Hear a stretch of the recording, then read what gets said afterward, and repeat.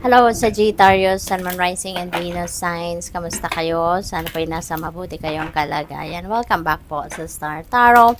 Kung bago kayo rito, welcome din kayo. Thank you for your support. I truly appreciate it. God bless you all. Sagittarius, pauna mensahe po ninyo ay cherishing self. Ayan, I accept and love myself. Ayan, so this is one of the things that we also need to do most of the time, yung anuhin natin yung sarili natin, yung i-cherish natin ang sarili natin, i-pamper natin ang sarili natin, para parte yan no, ng pagsa-self-care natin, yung pag-nurture ng sarili natin, which is really good. Good na gawin natin kasi kailangan din natin ng balanse, 'di ba, sa buhay. Hindi pwedeng lahat lang, no, ginagawa natin ang lahat para mapasaya natin ang ibang tao. Pero sometimes nani-neglect natin ang sarili natin pangangailangan, 'di ba?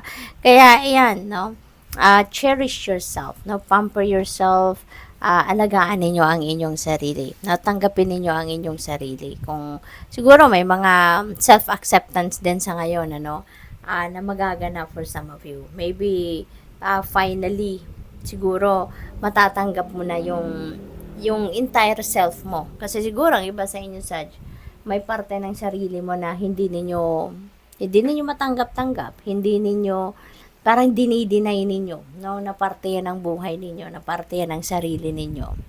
What else? We have breaking barriers. I am expanding beyond limitations into joy and freedom. Ayan. So, breaking barriers.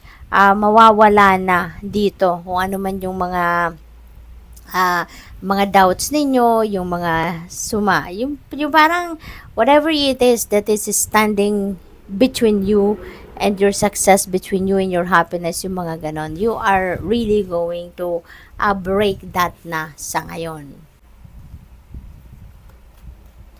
We have accepting what is. Sabi dito, I accept and embrace my inner majesty. Ayan. So, parang meron kayo dito ng sense of surrender, no? Na tatanggapin mo kung ano ang nandiyan dyan.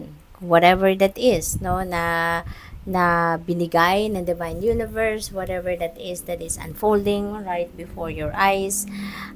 Wala nang pagke-question, no? Wala nang pagkokontra. You're just going to accept what is happening, di ba?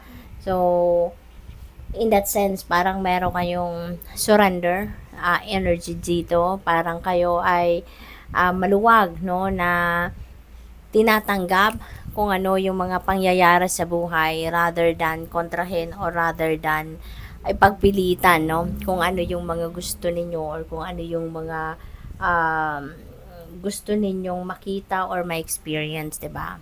So ngayon, kung ano nandiyan dyan, you're just going to embrace it, no? Hindi na kayo magkokontra, hindi na kayo magke-question, no? So which is really good.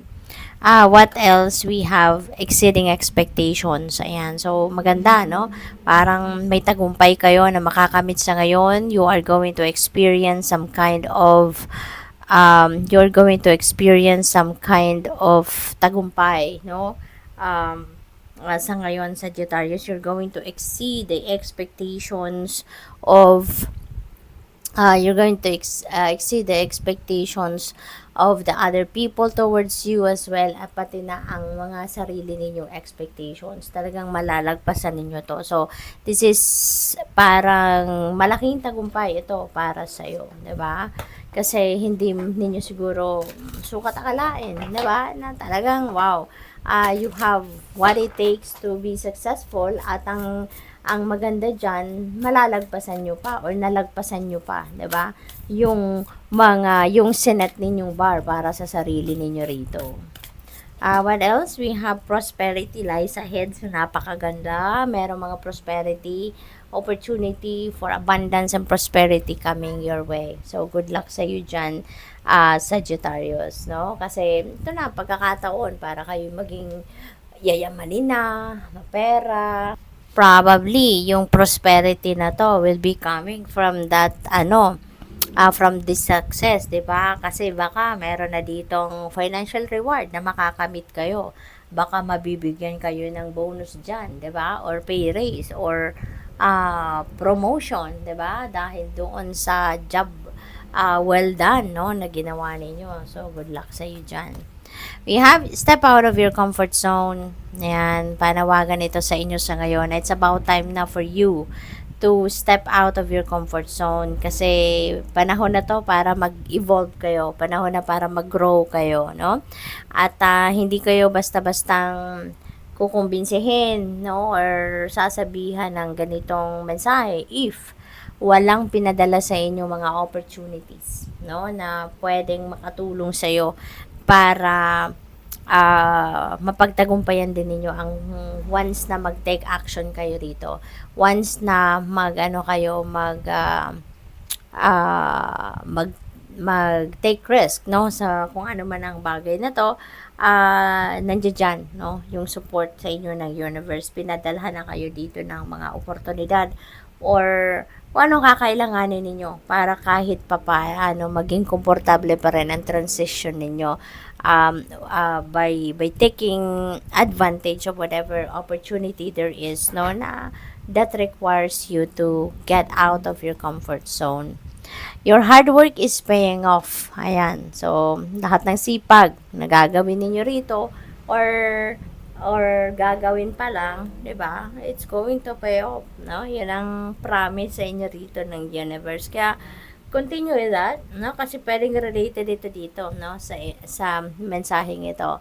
Pwedeng promise ito sa inyo na kung ano man ang sipag at tiyaga na ibubuhos ninyo sa gagawin ninyong 'yan ay magtatagumpay kayo, no? You will be able to reap the rewards of your hard work, no? At magbubunga ng maganda yan. Pwede rin na yung hard work is paying off dito, no, sa exceeding expectations sa energy. Kasi pwede talaga, 'di ba, na yung pagod, yung hirap, yung tiyaga, yung diligence, yung commitment, yung dedication na binuhos ninyo dito sa kung ano man ang ginawa ninyo rito. Pwede related yun sa trabaho, sa career, sa negosyo. You know, it's really going to pay off. Kasi nga, 'di ba, maiiksidan, malalagbasan mo nga yung bar na sinet mo para sa sarili mo. So talagang sobrang nagtagumpay kayo rito, no? Kaya pwede, no, na talagang mararanasan mo ngayon, no, or marirealize mo na lahat ng pagod na binuhos mo dyan, lahat ng effort, resources, talagang nagbunga ito. What else?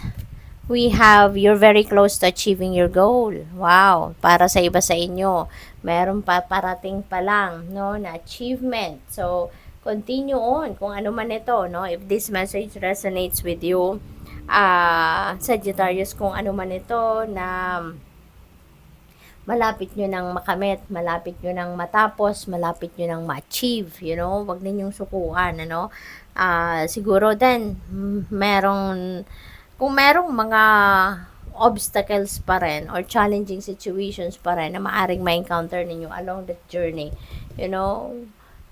go for it lang, no? Laban lang. Continue to work hard, continue to persevere. Wag na ninyong sukuan kasi may promise na sa inyo na very close na kayo doon sa pagtupad nito.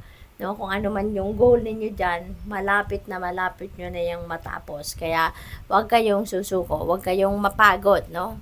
Kung siguro, ang iba sa inyong feeling, malapit na kayong mapagod, wag kayong sumuko. Magpahinga lang, and then get back to it, no? When you are ready. So, good luck sa'yo. Thank you for watching. Love and Light. Namaste.